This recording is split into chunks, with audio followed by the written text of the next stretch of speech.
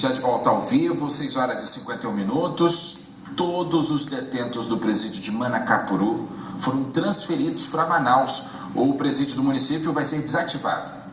Estas imagens mostram o momento do embarque dos presos em Manacapuru. O comboio chegou a Manaus por volta de 2 horas da tarde. Os presos vieram nesses 2 ônibus, escoltados por viaturas da Polícia Civil. Todos foram levados para a cadeia pública Raimundo Vidal Pessoa, no centro da cidade. No total, 75 presos foram transferidos para Manaus, entre eles 2 mulheres que vão ser encaminhadas ao presídio feminino na BR-174. Um outro caso é de um preso que já foi sentenciado e vai para o Compagem. Os demais vão continuar na Vidal Pessoa, aguardando por decisão da Justiça. O coordenador do Sistema Prisional do Amazonas, que acompanhou a transferência, disse que a Secretaria de Estado de Administração Penitenciária cumpriu uma ordem da Justiça. E iremos respeitar a decisão da Justiça.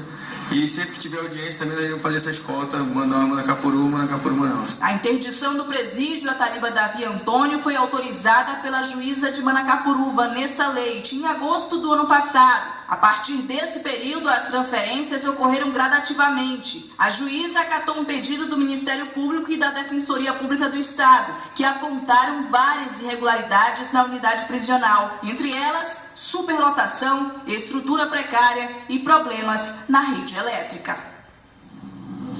Pois é, a situação dos presídios do Estado realmente tem ficado em evidência nos últimos dias. Teve a desativação que nós mostramos agora de Manacapuru, fuga, túnel escavado, rebelião aqui na capital, uma realidade que desperta a atenção do poder público e preocupa e muito toda a população. É por isso que nós convidamos para vir ao estúdio do Bom Dia Amazônia o secretário de Administração Penitenciária do Estado, Pedro Florencio, que está aqui com a gente hoje. Secretário, obrigado por ter vindo e bom dia para o senhor. Bom dia, Cleiton. Bom dia, Luana. Bom dia aos telespectadores. Secretário, vamos começar pelo presídio de Manacapuru. Está se cumprindo uma ordem judicial, como bem falou a Catiane Moura aí, e o Estado até tentou recorrer, não conseguiu, e aí negociou o cumprimento da decisão de forma devagar, né? Digamos assim, de forma extensa, que teria que transferi-los para cá. Como é que fica a situação, então, agora dos presídios na capital, que já estão superlotados? É verdade, nós estamos com os nossos presídios também superlotados na capital.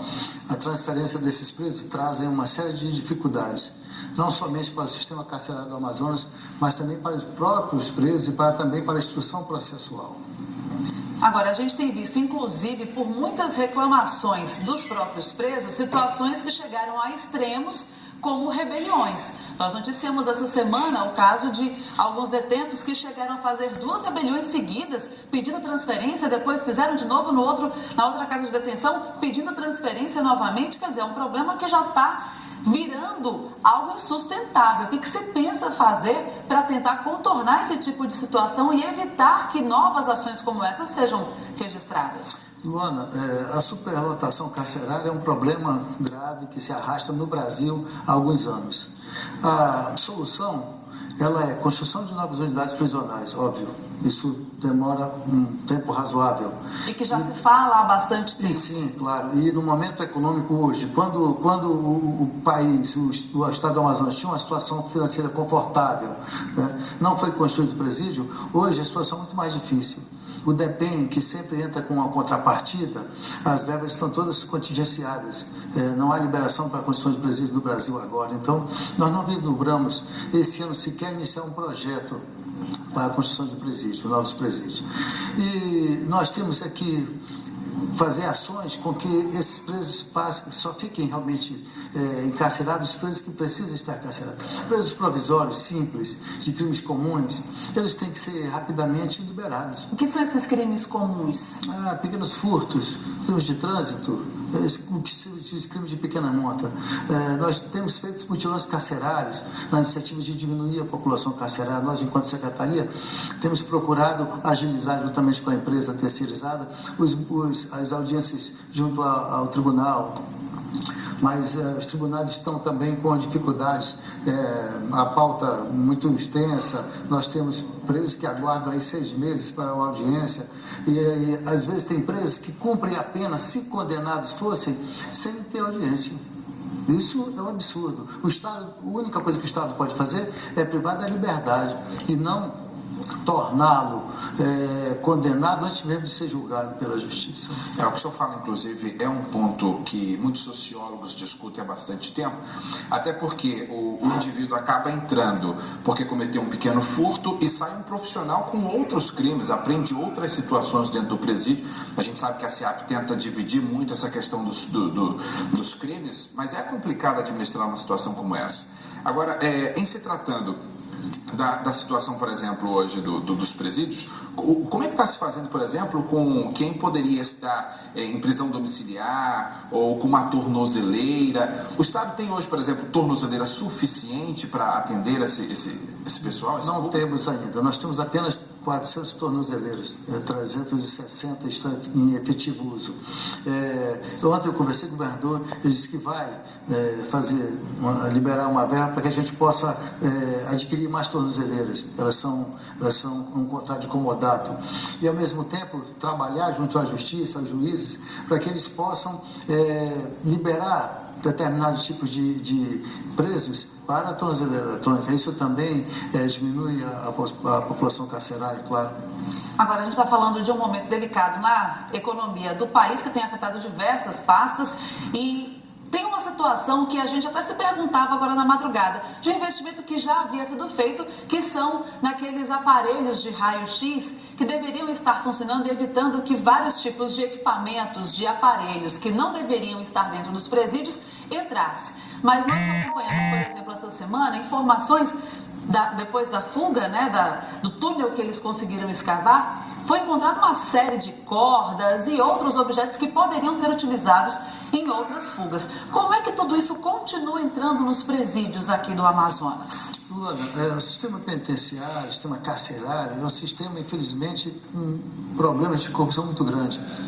Nós encontramos no Compagem, na revista, 2 mangueiras de incêndio lá dentro, em poder dos internos.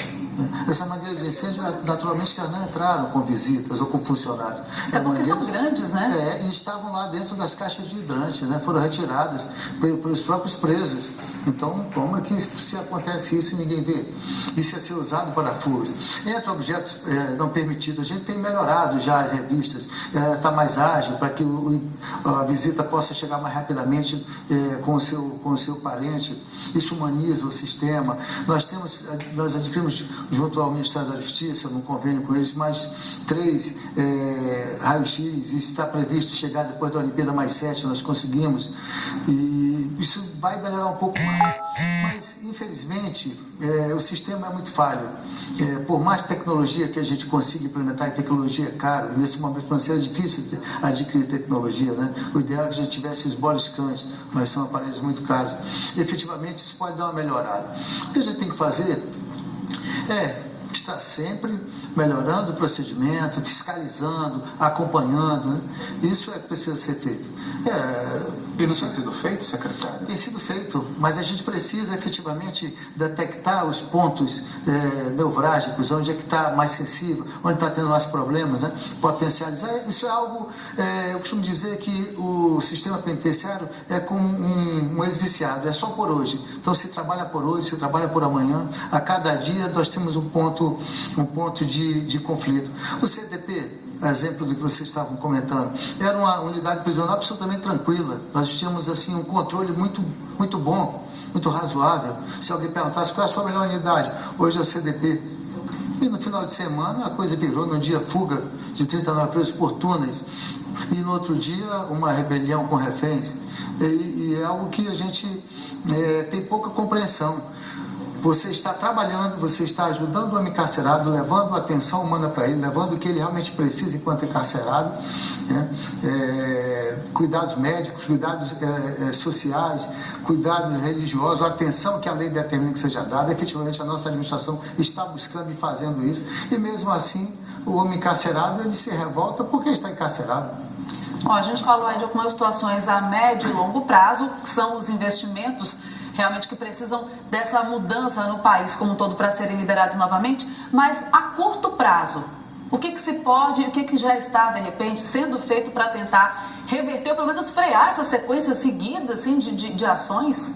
Sim, o que nós temos, foram duas, efetivamente, né? Uma em cima, uma no dia e outra no dia seguinte. O que nós temos que fazer, eu estava dizendo há pouco, não há uma mágica, não há uma ciência exata nisso. É continuar fiscalizando, potencializar as revistas, fazer diariamente as revistas nas celas enquanto está se fazendo a abertura e fechamento da tranca. Isso precisa ser feito. Isso com certeza não foi feito, porque senão não teria acontecido aquele túnel. Melhorar procedimentos, porque se o procedimento tivesse sido feito correto, com certeza os funcionários não teriam sido tomados como reféns. Houve uma falha ali de procedimentos, né, no manejo, na movimentação do preso. Então isso tem que ser visto e estudado, esses casos, para que não volte a acontecer coisas dessa natureza. E a gente tem que contar que o homem, o funcionário, o trabalhador da unidade prisional, ele seja o mais sério, mais responsável, mais comprometido possível, porque depende a vida dele, né? Não só de pessoas em casa dele, dos amigos dele, da sociedade, como você disse. Uma fuga de 39 presos traz preocupação para toda a sociedade, a população fica polvorosa, porque tem 39 criminosos soltos nas ruas, hoje 36. Secretário, em 2011 eu fiz uma série de reportagens em que nós tratamos o sistema penitenciário e eu conheço hoje os presídios dentro. Na época se falava que o CDP seria construído com um muro que seria bem extenso para baixo. Agora os presos em, digamos, uma semana, pelo menos é o prazo que se disse, menos de uma semana, cavam um túnel de 12 metros. E se realmente houvesse o muro para baixo, isso talvez não tivesse acontecido. Como é que está a questão da infraestrutura dos presídios? Isso existe realmente? Essas muralhas todas, elas não têm uma profundidade suficiente. A profundidade dela é apenas de segurança de projeto, de engenharia. Como medida de segurança para evitar fugas, ela teria que ser muito mais profunda, né? Não é. Não tem como mudar isso hoje. Isso foi na configuração, na época que se construiu, né? O projeto básico da construção, ele foi mal gerido, porque tinha que ser uma muralha muito profunda para baixo também, né? O IPAT foi construído há 2 anos atrás, iniciado, ele tem 4 metros para baixo, então, efetivamente, de 4 a 6 metros, pelo menos 4 metros tem, porque está no sistema. A UPP tem um pouco mais de profundidade também, é bastante profundo, mas o CDP, não, porque se imaginava que fosse. Mas essa fuga, esse túnel aí mostrou que ele tem, que é uma profundidade muito pequena. Foi possível cavar e... Isso não tem como mudar, secretário? Não. Só construindo uma nova unidade ou uma nova muralha, fazendo uma paralela, uma escavação. É uma obra que hoje não é possível se fazer. Bom, realmente, financeiramente. Algo que chamou a atenção, uma escavação nessa profundidade, nessa distância, 12 metros, com pás de ventilador, passarem 39 por uma cela, e num tempo, com menos de uma semana, realmente há de se investigar onde foi que aconteceu esse erro e se realmente foi só utilizado isso. Já se tem alguma informação sobre isso? É diferente, Luana, de outras oportunidades, quando ocorria o evento no sistema penitenciário e a sociedade não ficava sabendo, a opinião pública não ficava sabendo do resultado. Nós implementamos uma transparência absoluta no sistema. A gente discute com a sociedade como é o sistema e traz à baila as dificuldades que nós temos. A sociedade precisa saber que o sistema penitenciário tem falhas estruturais gravíssimas e de muitos anos, que não se imaginava que tivesse, como acabou de falar, a questão das muralhas. E nós já iniciamos, já fizemos a portaria e vai haver uma investigação, é um procedimento apuratório. Para 30 dias, e nós vamos trazer para vocês da imprensa os resultados. E claro, isso aí a gente não precisa ser profissional da área de segurança pública, qualquer leigo sabe que houve facilitação. Não se pode, em uma semana, em 4 dias e 5 noites, cavar um túnel de 11, 12 metros e sair 39 presos por uma cela que moravam 17. É claro que houve uma falha grande na fiscalização, na abertura e tranca, porque os agentes todo dia têm que abrir e fechar as celas, e nesse momento eles contam os presos e fazem uma revista, não minuciosa, mas uma revista dentro da cela. Isso não foi feito, senão teria detectado aquele monte de terra dentro da cela e teria detectado a quantidade de presos excedentes em uma cela e faltando em outra, né?